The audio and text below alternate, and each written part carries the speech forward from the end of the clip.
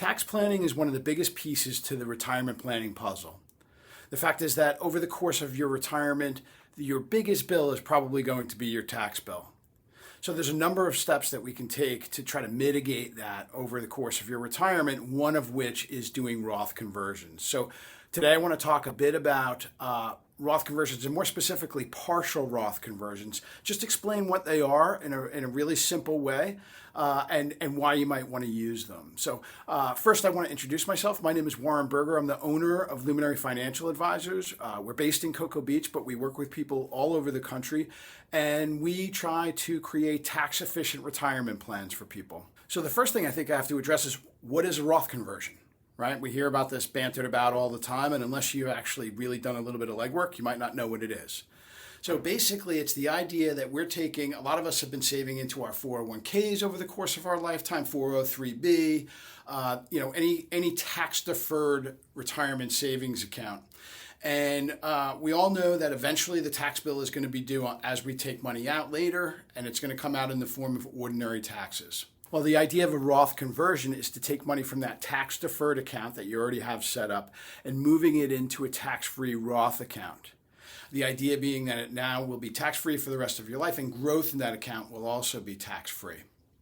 So the key to understanding this is that you're going to have to pay taxes on the money that you convert from that tax-deferred to the tax-free Roth. And you're going to be paying at the tax rate based on what your income is for that year. So if you have income from other sources, you're also taking money from, say, your IRA or your 401k, all adding to your income. Anything that you convert from that tax-deferred account to the Roth is going to be taxable. And so we always have to be wary of whether or not we're going to push ourselves into the next tax bracket. Now, if you turned around and say you had $1 million in your IRA, and now you wanted to convert that over to a Roth, you could do that, but you'd be paying taxes on the full $1 million that you converted over to the Roth. And so that's going to push you into multiply higher tax brackets. Not necessarily the best idea. This is where the idea of doing partial Roth conversions over a period of time, a really systematic way of doing this, allows you to take advantage of your current tax brackets and move parts of your tax-deferred money into that tax-free Roth. So you're probably asking yourself, why would I want to do that? And the idea is that we're looking to try to pay taxes now at the tax rates we have now, if we believe that tax rates or tax bill is going to be higher in the future. Why would my tax bill be higher in the future?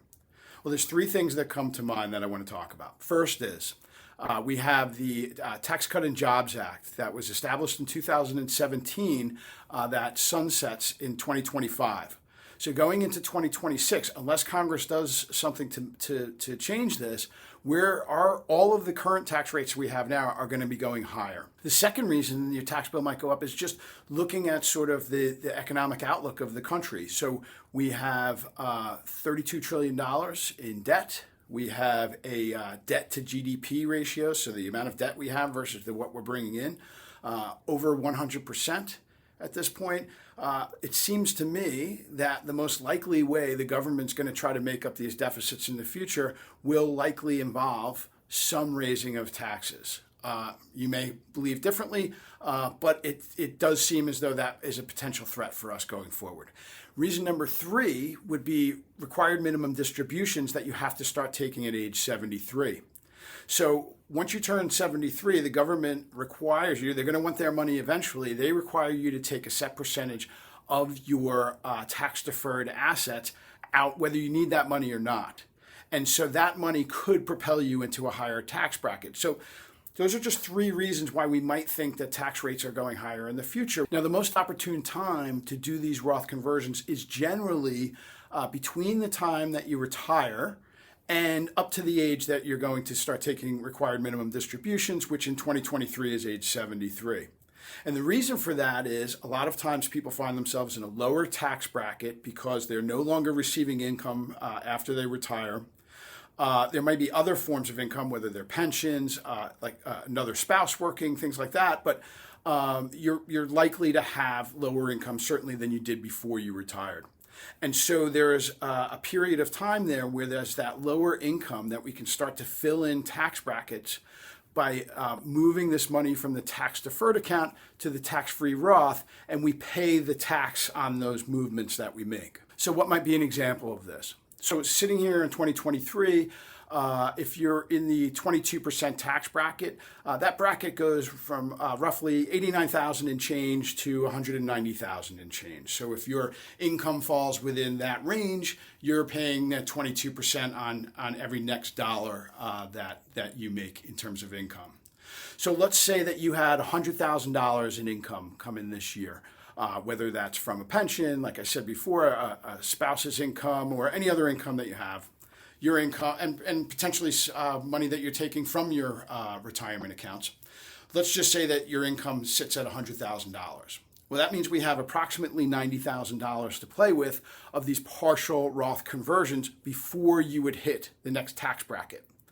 So if we want to continue to pay taxes in that 22% bracket, we can choose. And it doesn't have to be the whole $90,000. It can be any part of that. Well, let's just say we decided to do a $20,000 conversion. So now your $100,000 income now becomes $120,000 of income. We're going to pay taxes at the 22% rate on that additional $20,000 that we moved over to the tax-free Roth account. And the idea being that if we find ourselves in a few years where that same $20,000 was going to have to be moved, but now the tax rate is at 24 or 25%, well, then you made a good move in doing that at 22%. And not only is it the fact that you move that money initially over there and you paid that 22% hopefully lower tax rate, but now that money is going to grow in a tax-free basis. So when you decide to take that out in the future, that growth was tax-free as well. So it's almost like a tax mitigation compounding effect that goes on. The partial Roth conversions are a really valuable tool to lower your lifetime tax rate. And we've seen examples where we've run the numbers and there could be hundreds of thousands up to millions of dollars, depending on what your portfolio looks like, in tax savings over the course of your life by doing these periodic partial Roth conversions. Now, there's a couple moving parts here in terms of the IRS. There's additional form that has to be filed. When you do, you have to report this to the IRS. So the idea being that you want to make sure that you're working with your accountant. You want to make sure that you're working with a financial planner to make sure that you're managing these tax brackets accurately. But like I said, it's a super powerful way to mitigate your tax bill over the course of your retirement. So I hope you found this helpful. If you look in the comment section below, I have a number of flowcharts and checklists on retirement issues that I think are really helpful.